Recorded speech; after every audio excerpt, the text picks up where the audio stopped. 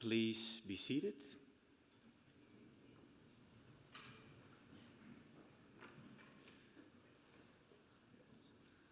In the tradition of our beautiful university, I open with votum. Our help is in the name of the Lord, who has made heaven and earth. Welcome to everybody here in our beautifully newly refurbished auditorium for the Valedictorian Lecture of Professor Lex Bouter.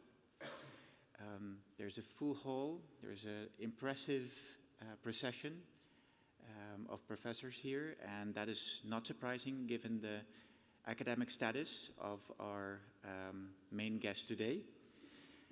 He will give his lecture. He was a professor of methodology and integrity at the VU Amsterdam, and after his lecture, Why Research Integrity Matters, Professor Polman, Dean of the Faculty of Medicine, will address Professor Bouter on behalf of the Faculty of Medicine and the Faculty of Humanities, and of course on behalf of the whole VU community. After their address, I will return here and close the ceremony. So I wish you all a fantastic lecture, and I would like to invite Professor Bouter to the stage.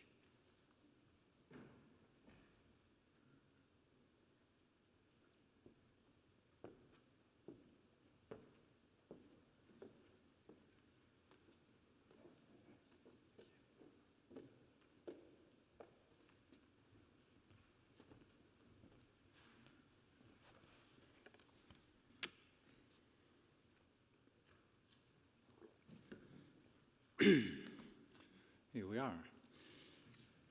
Dear colleagues and friends, and all who show an interest of this topic attending in the audience or online, welcome to this academic ceremony.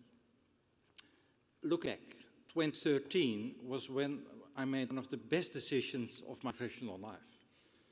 During my sabbatical, after serving my university for 7 years as its rector, I decided to return to the primary process of research and education, and to focus on the interplay between methodology and integrity. At first, this didn't look as a good idea at all, a bad choice. I was rather underwhelmed by the scholarly literature, of my newly chosen topic. In fact, after less than a month of exploring these publications, I thought I'd read them all. And there was an issue. That's the slide. My next move was to visit Nick Stirek and Niels Axelsen, who are important pioneers of research integrity in North America and Scandinavia, respectively. They both generously shared their knowledge and wisdom and started me on my professional journey in this new field. It has turned out to be a highly rewarding adventure during which I've learned a lot. In the next 35 minutes, ladies and gentlemen, bear with me, I will argue that research integrity matters and also explain why that is the case. I will provide an overview of what drives research integrity and suggest ways of improving it.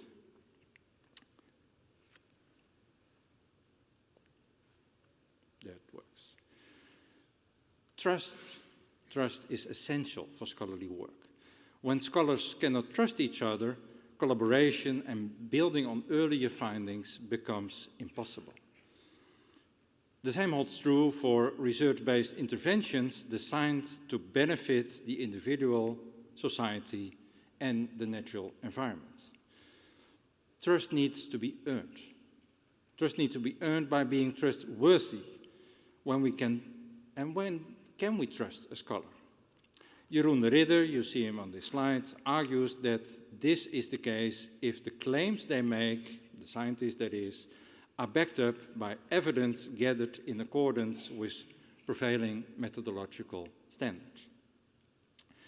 This is not at all easy to judge, but a basic condition is full transparency about the methods of a study and the data obtained.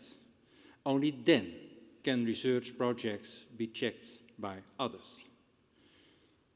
Together with Rick Peels, I produced an overview of the factors on which trustworthiness of research findings depends.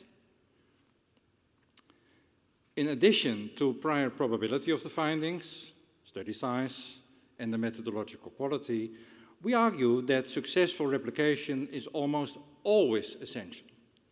One of the biggest academic disillusions of the last decade is that when studies are repeated, on average, their findings will only be the same in half of the instances.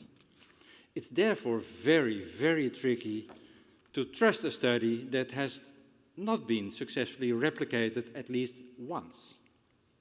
Furthermore, whether or not we can trust a study depends on what is at stake. When the consequences of getting it wrong have a greater impact, a study needs to meet stricter criteria to be trustworthy.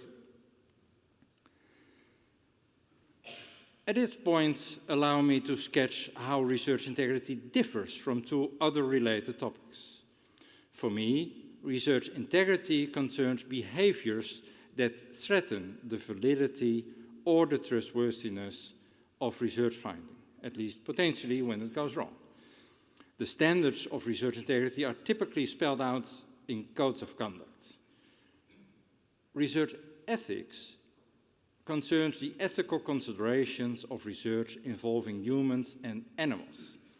It's about what a researcher is and is not allowed to do to research subjects. It's often laid down in laws and regulations. Finally, responsible research and innovation focuses on the potential benefits and harms of research for humanity and the natural environment. This is largely a matter of societal debate, the outcomes of which can result in laws and regulations. As the slide suggests, these three concepts overlap to some extent. This is a complex one. It'll take a while to explain it. For most of us, the first thing we associate with research integrity is research misconduct. In other words, the three mortal sins of fabrication, falsification, plagiarism, FFP in short. Dramatic cases of research misconduct often serve as wake-up calls. It's clear that research misconduct seriously harms the validity and the trustworthiness of research. However, a lack of research integrity can also consist of minor misbehaviors. These are rather euphemistically labeled as questionable research practices, QRPs for short. Examples are selective reporting, p-hacking, and harking, which means hypothesizing after the results of a study are known. You can see it here. The king in this cartoon understands that concept very well. He fires off his arrows first, and it's up to his servant to make sure that he always hits the bullseye. Harking, however, is the essence of exploratory research, but it is not at all permitted in hypothesis testing research. With a bit of creativity, a plausible explanation can be formulated for almost any chance finding that looks promising. My main message today is that we need to be strict with ourselves and with our colleagues when we engage in hypothesis testing research. Arguably, QRPs on the aggregate level do much more harm than FFP. This is because QRPs turn out to be alarmingly common. I will illustrate this with findings from the Netherlands Survey on Research Integrity. But before I do so, let's go back to the previous slides for a moment. As I already mentioned, when a study is repeated, on average, findings will only be the same in half of the case. This is not good enough. It's known as the replication crisis. Gradually, the causes of this crisis have become clear, and they have been found to overlap with what research integrity scholars have labeled as questionable research practices. See the red arrows in the figure. The last decade has also brought us the wonderful innovations of open science. In particular, open methods, open codes, and open data increase the transparency and accountability of research. Further downstream, as the green arrows in the figure show, these responsible research practices will help to solve the replication crisis, decrease the occurrence of QRPs, and maybe decrease FFP as well. The ultimate consequence of this is that both the validity and the trustworthiness of research will increase when open science practices are implemented on a large scale. In the National Survey on Research Integrity, Gauri Gopalakrishna invited all academic scholars in the Netherlands to report how often they engaged in fabrication, falsification, and questionable research practices. 11 QRPs were assessed on a 7-point scale, ranging from never to always and referring to the last 3 years. The prevalence figures on the slide refer to the respondents who scored 5, 6, or 7. That's the upper end of that scale. As you can see, selective reporting and poor supervision, as well as giving insufficient attention to study flaws, equipment, and taking notes on the research process, all have a self-reported prevalence between 15 and 18%. It gets worse. More than half of our respondents reported having engaged frequently in at least one of the 11 QRPs included in the survey. This makes it clear that QRPs are indeed alarmingly common. Maybe even more shocking is that more than 4% admitted to have engaged in data fabrication at least once during the last 3 years. 4% also confessed to having engaged in data falsification. Now, let me put it mildly. There seems to be plenty of room for improvement. And to be able to improve the situation, we need to understand why scholars do these things. It's hard to imagine anyone embarking on an academic career with the ambition of committing fraud or engaging in questionable research practices. Scholars usually want to conduct good quality research and to make a difference with their work.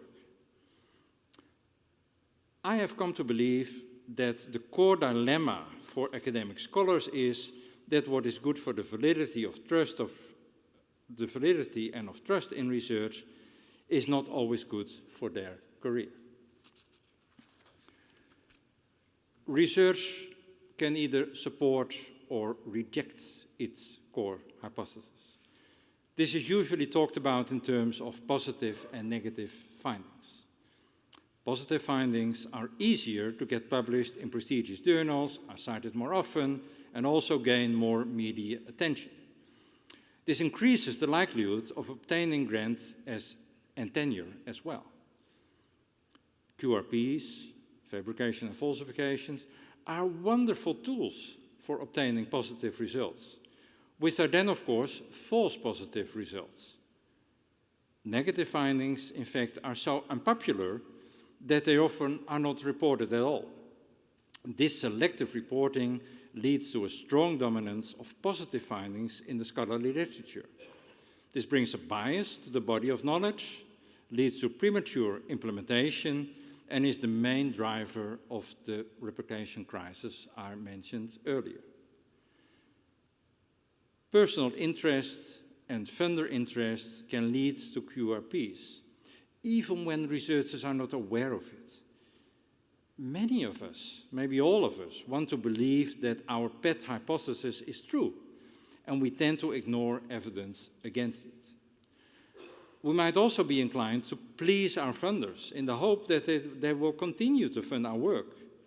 That can, for instance, lead to subtle flaws in the study design, to selective reporting again, and to putting a spin on how our findings are reported.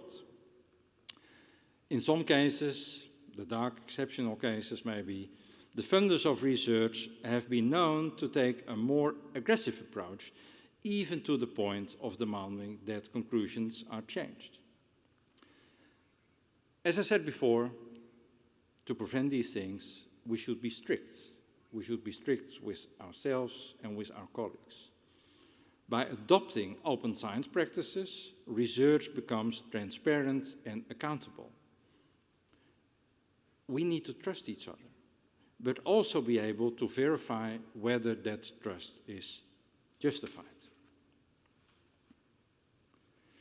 Researchers use their own moral compass, you see the compass over there, to navigate the dilemmas in their work. The quality of this compass depends largely on how virtuous the researcher is.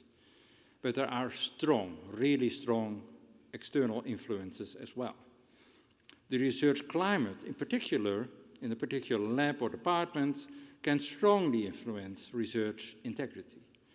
The same holds true for the sometimes even perverse incentives within the academic system. This also comes with a personal responsibility. Individual researchers must do everything they can to improve the research climate and to remove perverse incentives. Early career researchers in particular are often leading the efforts to change research culture and practice. We've seen that during the symposium today as well, for those of you who were attending that. Other important stakeholders in research integrity are research institutes, scholarly journals, and funding agencies. When these stakeholders act in concert, interventions aimed at promoting responsible research practices will be more effective. To me, the most important, really the most important avenues of improvement are the adoption of open science practices and maintaining a clear focus on research integrity in the assessment of researchers. I'll come to that in a minute. In a national survey, we also studied drivers of research integrity. Sorry. On the slide, you can see the findings of 5 of the 12 scales we used. The arrows indicate the association between the scale score at issue and the outcome specified above the column. Besides QRPs and fabrication or falsification, we also looked at associations with responsible research practices, mainly open science practices. The green arrow indicates associations with higher research integrity, while the red arrows indicate associations with lower research integrity. We found that a stronger belief in the ability of reviewers to detect fabrication or falsification, rightly or wrongly, likely wrongly, was associated with the lower prevalence.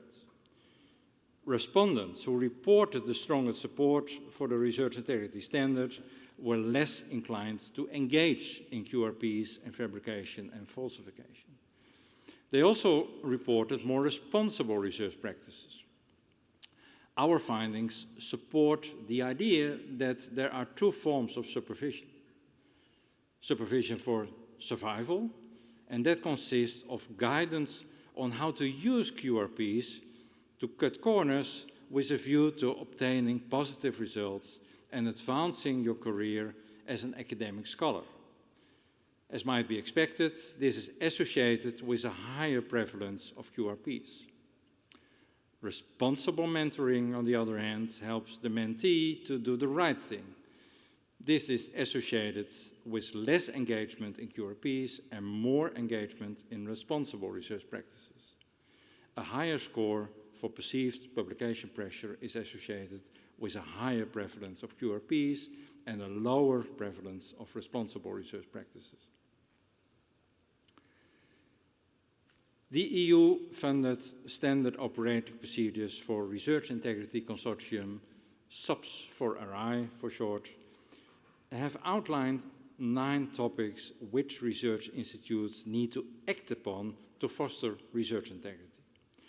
We argue that research institutions need a comprehensive integrity promotion plan that covers all 9 of these topics. The plan should also specify how policies will be implemented, maintained, and evaluated. These are the 9 consensus topics of the consortium. Together, they closely match both the European and the Netherlands Code of Conduct for Research Integrity. An example of the actions that can be taken is provided on the slides for each topic. Policies to improve research integrity must be co-created locally, and researchers and support staff really need to be involved in analyzing the problem, as well as in devising and implementing the solution. On this website, the SOPS for RI Consortium has a toolbox that contains more than 100 practical guidelines. These can be used to design and adapt institutional research integrity policies. Careers in research are determined by assessments. Assessments for grants, promotion, and for tenure. When carrying out these assessments, it's important to use criteria which reflect behaviors that safeguard and strengthen research integrity. Sadly, this is not always the case. And when this focus is lacking, assessment criteria can become perverse incentives. For instance, this can happen when the focus is on the number of publications and citations, including the infamous impact factor and the Hirsch index. In recent years, the San Francisco Declaration, the Leiden Manifesto, and the Hong Kong Principles have been launched. All 3 urge the use for better assessment criteria. The first and foremost being engagement in open science practices. Other behaviors that should be valued are being a good reviewer, a good supervisor, a good teacher, a constructive team member, and an effective communicator. There are currently a wealth of initiatives that explore ways to improve researcher assessments. Noémie Aubert-Bon has summarized them in the narrative review, I should say, mentioned on the slide. She presents them for the 5 dimensions of researcher assessments depicted on that slide. Recently, researcher assessment reform has gained substantial traction in a number of countries, the Netherlands happily being one of them.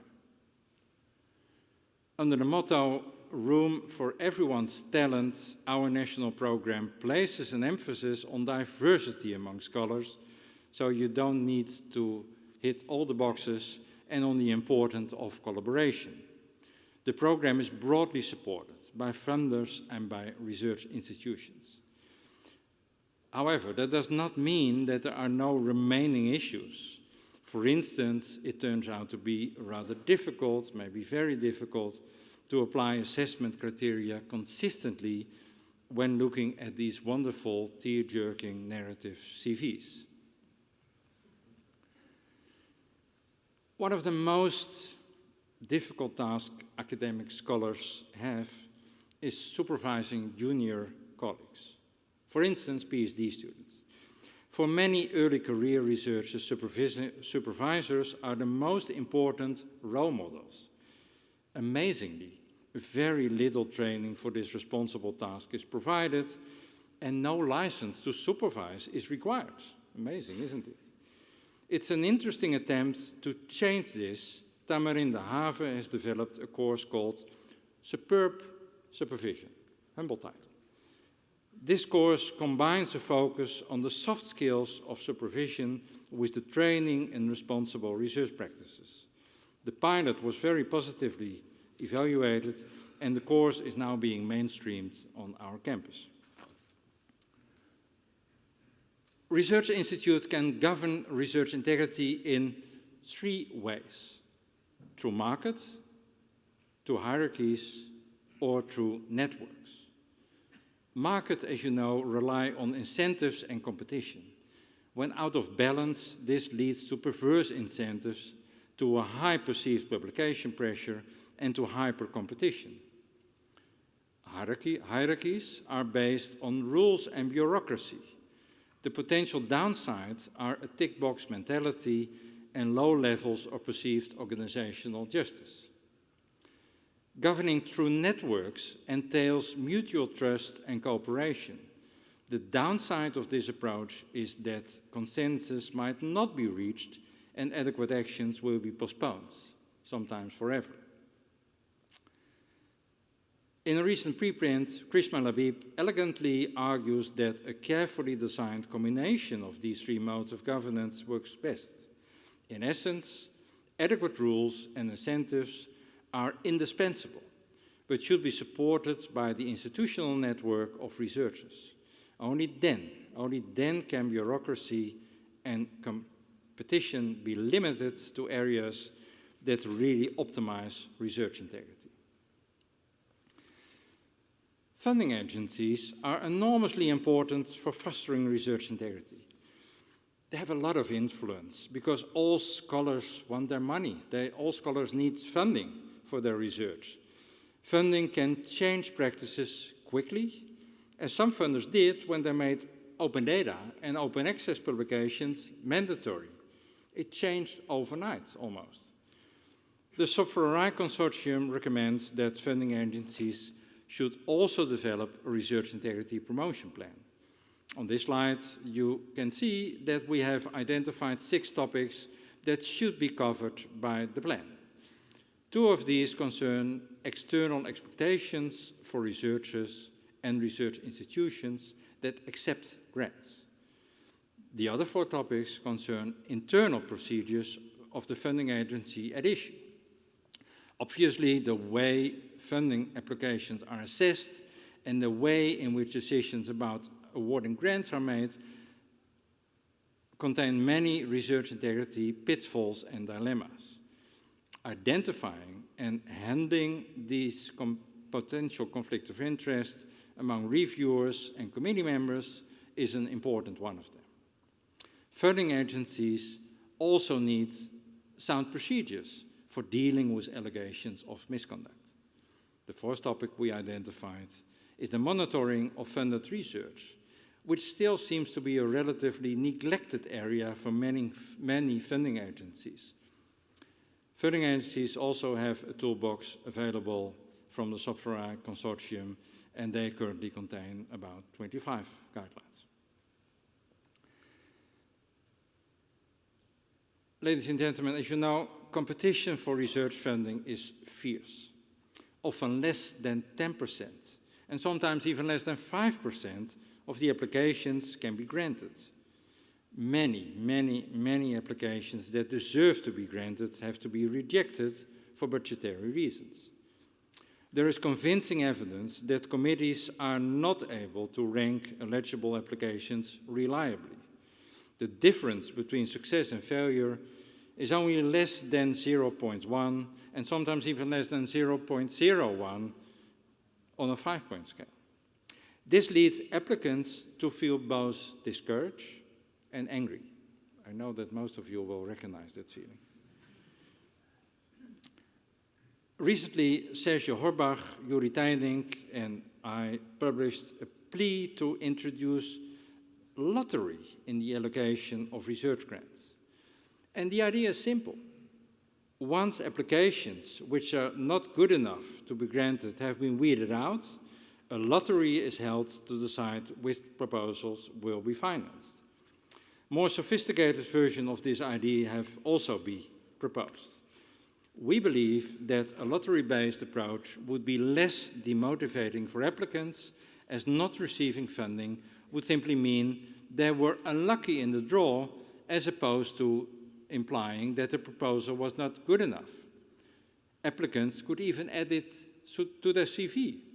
We argue in our commentary that the lottery would make grant allocation more fair, more efficient, and more diverse. With the same author team, we recently published a plea for open grant applications. We get even more revolutionary there. We argue that funding agencies need to adopt open science principles in their own work as well. And they should openly share applications, review reports, funding decisions, and evaluations of the execution of granted projects. We are convinced that a transparent grant allocation process will improve the quality of review reports and granting decisions. Open applications also enable research on funding practices and will lead to greater trust in the funding allocation process. An obvious objection against our proposal is that applicants may be afraid of being scooped.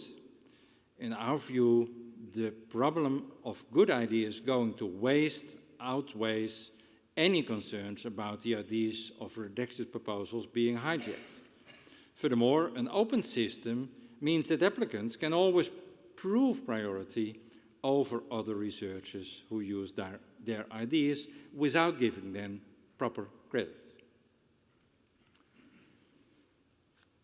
Scholarly journals have a role to play in fostering research integrity as well. Journals are influential during and after the publication phase. The main role is quality control. Let me repeat that. The main role is quality control. Journals are guardians of the validity and trustworthiness of the published body of knowledge. Journals can also influence earlier phases of a study by demanding open methods and open data. Researchers can then anticipate this when designing and carrying out a study. Marion Maliki investigated whether journals' instructions to authors mention items that improve transparency. Of the 9 items studied, only 2 were mentioned by more than half of the journals, while 5 were discussed by less than 10%. A number of these items feature in the Transparency and Openness Promotion Guidelines, which are currently adopted by over 5,000 scholarly journals. On the slide, you can see that the 8 standards included in the top guidelines. One of them is pre-registration, which means that the study protocol first needs to be written and uploaded in a repository before data collection can start. Only then can later checks ascertain whether the study was performed, analyzed, and reported according to plan. Changes may, of course, be necessary after data collection has begun, but they always come with the suspicion of being data-driven. Only when a study is pre-registered can QRPs such as selective reporting, p-hacking, and hacking be reliably identified. Journals has also other ways of fostering research integrity. I believe that having open peer review is one of them. Reviewing is an important duty for scholars and one for which they deserve credit. But at the same time, they need to be accountable for their review work. Review reports are part of a scholarly debate and should be openly accessible to all interested parties. Open peer review is likely to be more balanced and fairer as well. Editorial offices should screen manuscripts for plagiarism, image manipulation, statistical errors, and references to retracted publications. Adequate software, luckily, is increasingly becoming available for these checks so that also the poorer journals can do them. Unfortunately, both editorial offices and reviewers cannot prevent all seriously flawed and fraudulent papers from being published. Journals therefore ought to implement a policy of rapid retraction when this is indicated. Sadly, most journals have a poor track record on retraction. If it happens at all, it takes often years after the initial concerns were raised. Let me end this section on the role of journals with the exciting innovation of registered reports. The idea is so simple. When the grant has been awarded and the study is about to start, you first write the introduction and the method section of the envisioned later publication.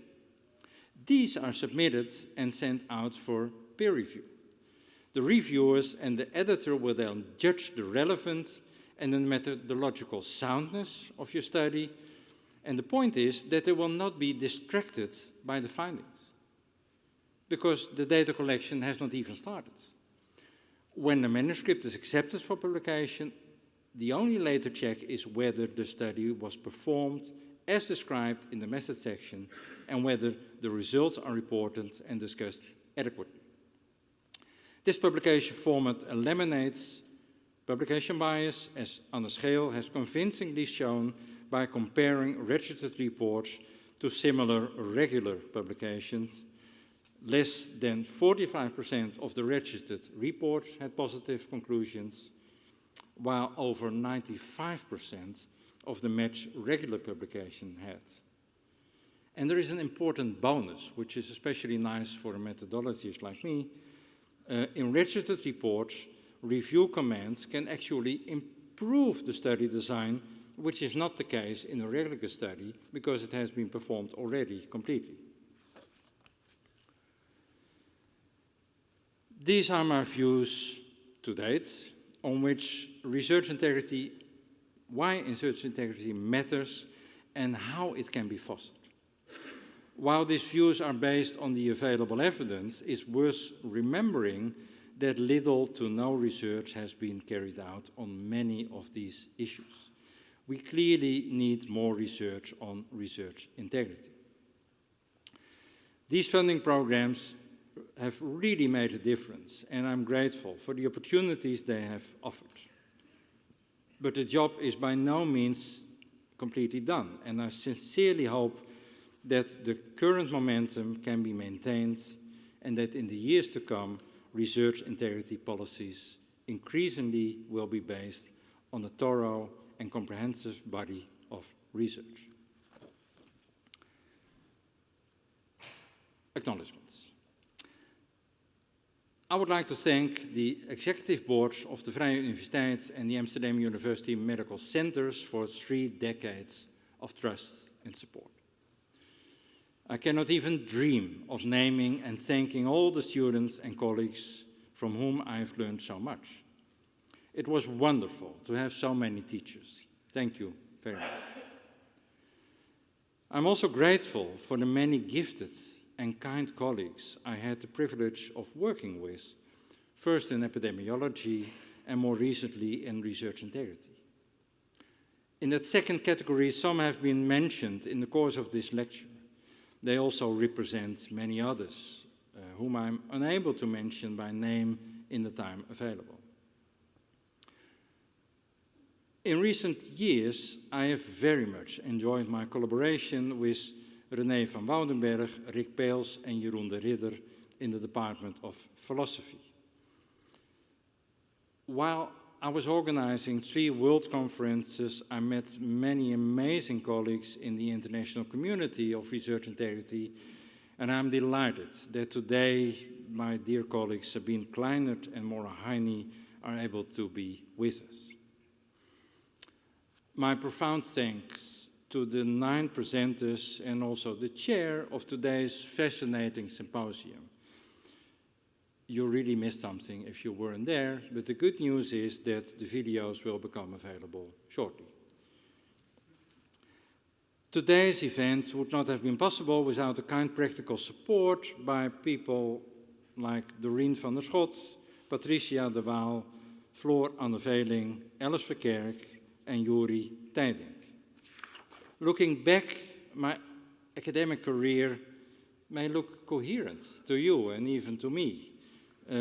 But along the way, I had only a vague idea where I was heading, I should admit. I would like to thank the people who showed me the way when I came to the crucial crossroads of my academic routes. Arie van Bokstel gave me my first real job. Pok Knipschild taught me academic skepticism. Hans Valkenburg showed me how to lead a research institute.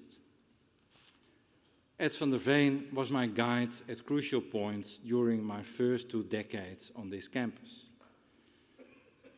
When I decided to become a scholar of research integrity, Gerrit van der Wal, André Knot-Neres, Henk Smit and Eduard Klaassen offered invaluable support, each in their own way. Some colleagues with whom I had already worked as an epidemiologist in the past joined me in my new interest in research integrity.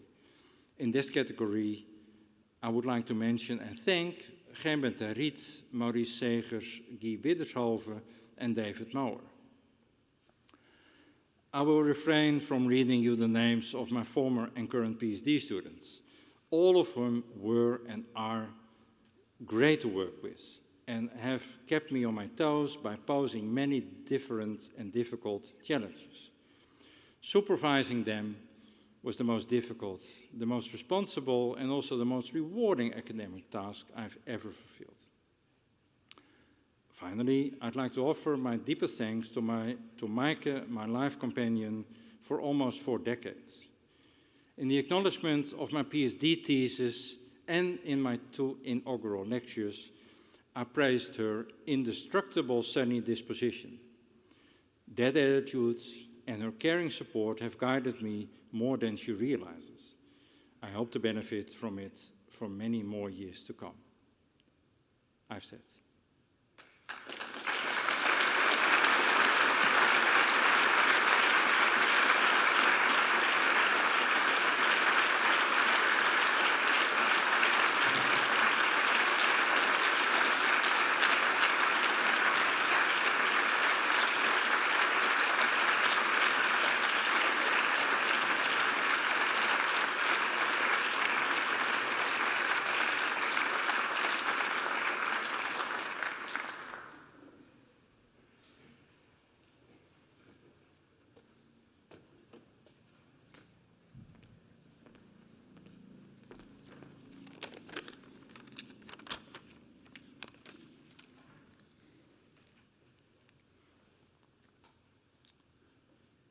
Dear Professor Bouter, dear Lex, thank you for a beautiful lecture. It's a privilege for me to say a few words here on this special occasion on behalf of the Faculty of Medicine and the Faculty of Humanities. It's all about methodology and integrity. You mentioned about your academic career of 3 or 4 decades, and during the last 2 of those, we on occasions had the opportunity, the privilege to meet. And our meeting started when you were the head of department of the Department of Clinical Epidemiology of the AmsterdamUMC, then VU Medical Center. And you focused on methodology, on how to measure, on what to measure, on how to analyze. And in those early days, let me call them early days, you organized famous courses in Amsterdam, but also in other parts of the Netherlands, in Rolduc, in Limburg, and I think that many clinical epidemiologists who have become famous in the Netherlands attended those training courses there, and they spoke highly of it. You discussed epidemiology, clinometrics, systematic reviews. I've never attended, and therefore my knowledge on statistics is not more advanced than understanding that a person can drown in a river of a mean depth of only 20 centimeters. But many people have advanced based on what you have taught them. In addition, you are one of the founders of the then EMGO Institute, research on health and care outside of the hospital. Interdisciplinary, interfaculty, visionary, in those years very much ahead of times. Thank you for doing that, because we still benefit from those initiatives. And then during your career, I think you wanted not only to do the things in the right way, but you also wanted more and more to do the right things. And I think that's the move where also from methodology you integrated integrity for better science in a broader context. And why it matters, I think, is very obvious based on the beautiful lecture you delivered this afternoon. And when addressing research integrity, you advocate the scientific approach. Let's measure what goes wrong, why it goes wrong, and how can we improve. Practice-oriented research, training courses, guidelines, code of conduct, policy practice, because in addition to addressing PhD students and supervisors, you also addressed institutes, funders, and journals as important stakeholders, as you explained. And thereby you have become world famous, both within and outside the Netherlands. Some people might say the king of research integrity, working towards a culture of improvement. You frequently appeared in media to give your messages. There's two that impressed me over time, and one which I fully support, and the other one which continues to puzzle me a little bit. Also in this lecture, you stressed the relevance of replication studies, which in general are underappreciated, and I think that you invited John Ioannidis to address this topic in one of our anatomy lessons. But you also repeatedly have made the statement that questionable research practices, sloppiness, is worse than fraud. And I find this a difficult one. I agree that cumulatively or quantitatively, the impact of many people being sloppy can be major. It can even impact medical practice and thereby have patient consequences. At the same time, from a moral perspective, I find fraud, intentional misbehavior, something that shakes the fundamentals of our society, where we build on trust. In your second or third slide, you showed trust in the context of probability, study size, replications, but I refer to trust here in the basic trust that people need to collaborate, to work together in teams. Let me in this lecture hall remind you of the impact of Diego Maradona's hand of God. The Dean of the Faculty of Humanities, Professor Suzanne Lejeune, also handed over to me some words from her perspective. And don't be surprised, but cross-faculty, interdisciplinary, linked epidemiological background to normative and descriptive philosophical approaches. It's along the same lines. This is Lex Bouter. You participated there also in debates about notions of epistemic progress in the university. She, sitting next to you, also underlined the crucial role you played in establishing research integrity courses. On behalf of both of us, Lex, thank you, and what you have developed here will last. Staff from AmsterdamUMC and Vrije Humanities are dedicated to develop the next phase in our commitment to what we would call a methodological approach to the integrity of methods. It will be based in a center of expertise that will also reach out to issues which you mentioned and which are crucial, like open science and notions of care, appreciation and reward within academic institutes. We thank you for the solid foundation that you have created over the past years. I'm standing here also on behalf of the Executive Board of AmsterdamUMC.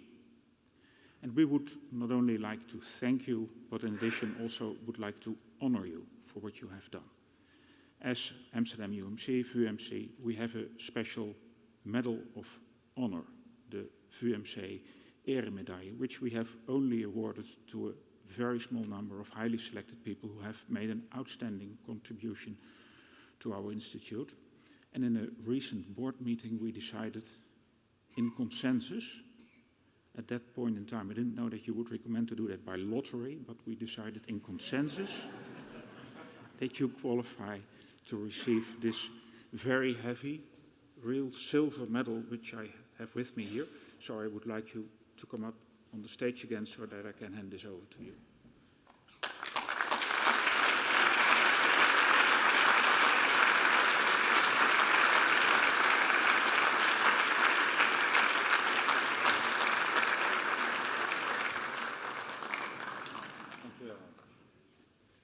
Wonderful.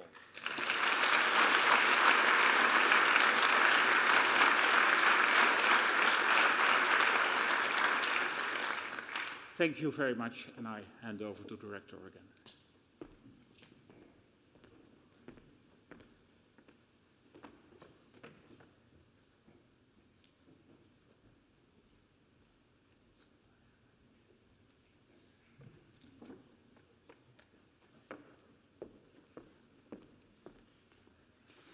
Wow, that was already, is it real silver?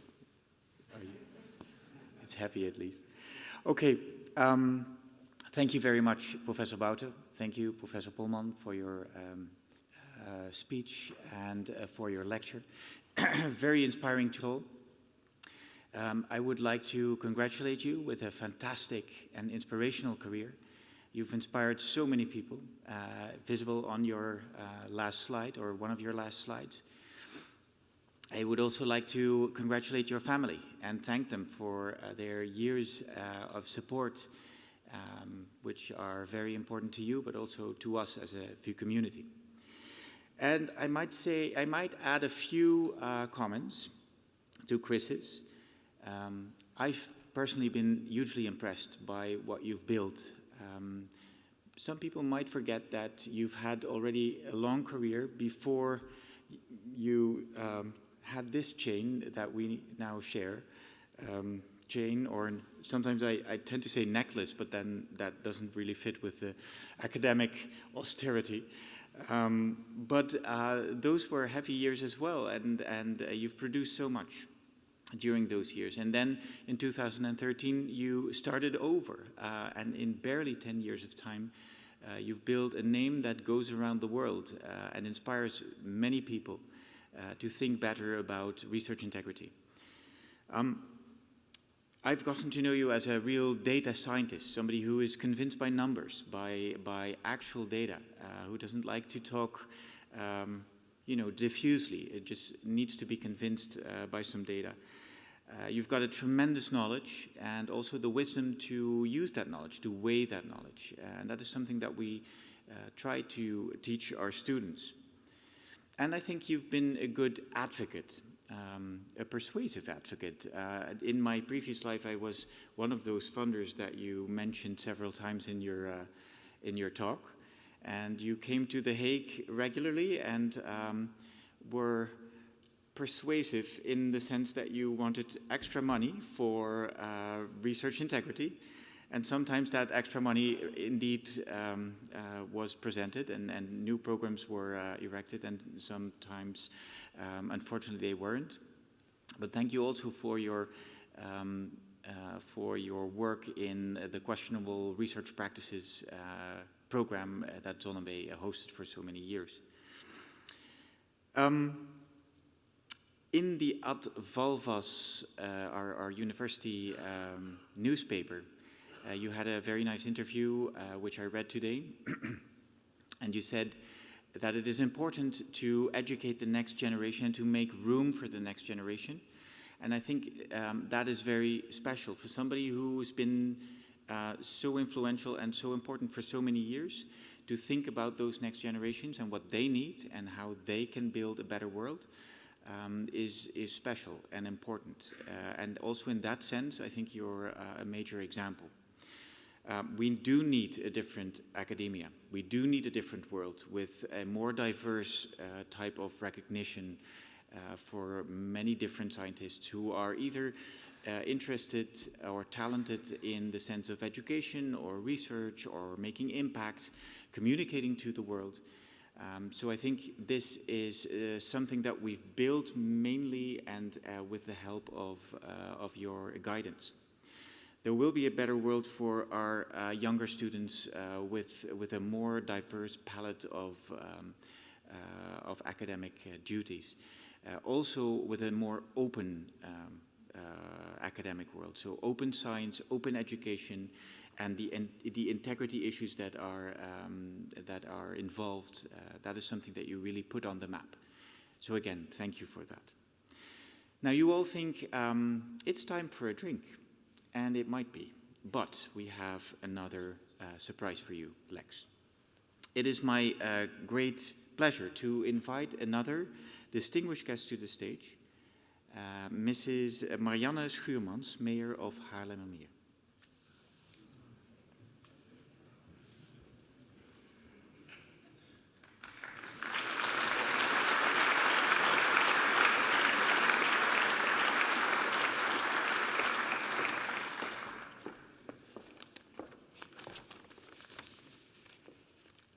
Ladies and gentlemen, Professor Bouter, I'd like to see where you are, because there you are.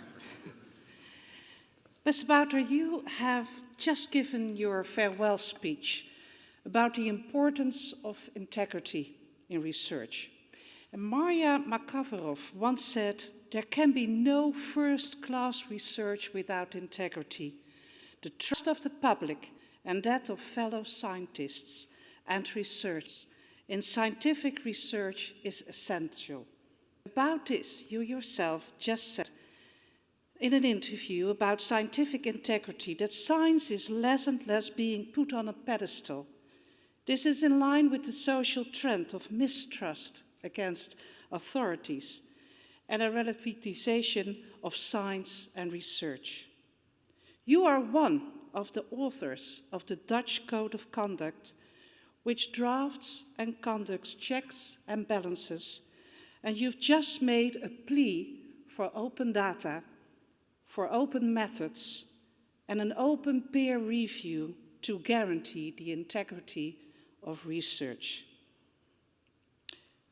Mr. Bouter, you really contributed to science, not only as a rector magnificus of the Vrije Universiteit of Amsterdam, but also, and this list is absolutely not complete, as a member of the Health Council of the Netherlands, Vice Chair and Chief Methodologist of the Dutch Central Committee on Research Involving Human Subjects, and Chair of the Program Committee of the Innovative Medical Devices Initiative, Chair of the Committee for Health Research on Disasters COVID-19, of the Netherlands Organization for Health Research and Development, and Chair of the Program Committee for Replication Studies of the Netherlands Organization for Scientific Research.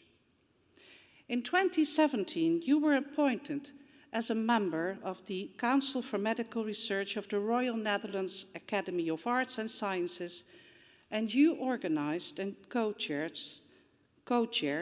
the 5th World Conference on Research Integrity in Amsterdam and became chair of the World Conferences of Research Integrity Foundation. You were author or co-author of 735 scientific publications included in the Web of Sciences, which have been cited more than 75,000 times. And you've supervised 77 PhD students, of whom to date 17 were appointed to professor.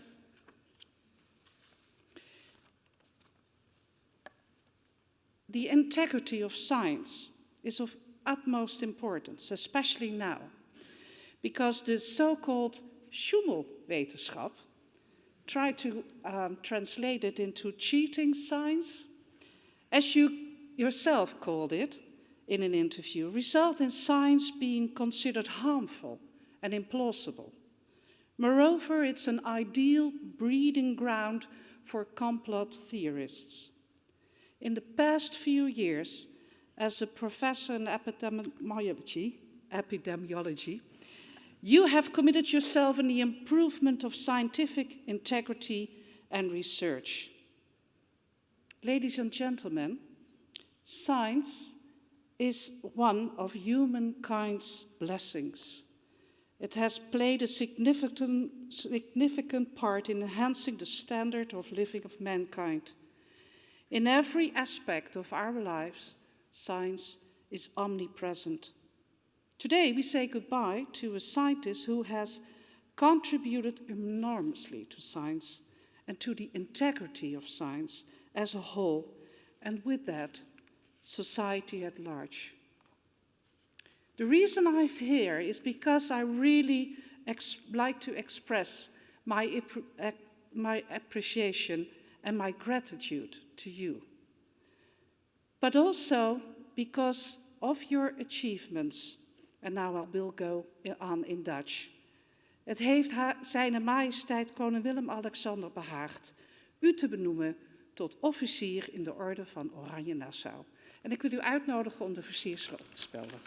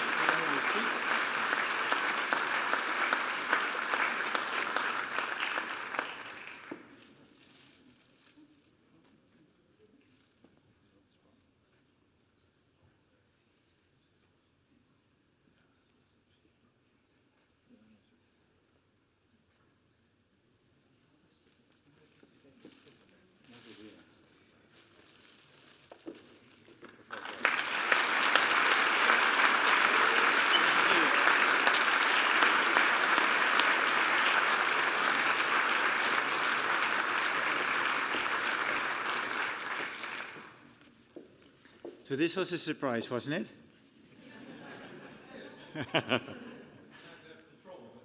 I know. All right. So now it is time for a drink. And to congratulate our valedictorian. So now the ceremony is completed. I would like to ask you that when leaving the hall, please give priority to those seated in the front rows here, and to directly follow the procession in leaving the hall, and drinks will be outside. So by pronouncing the doxology, I would like to close this public meeting of the College of Deans. So please stand.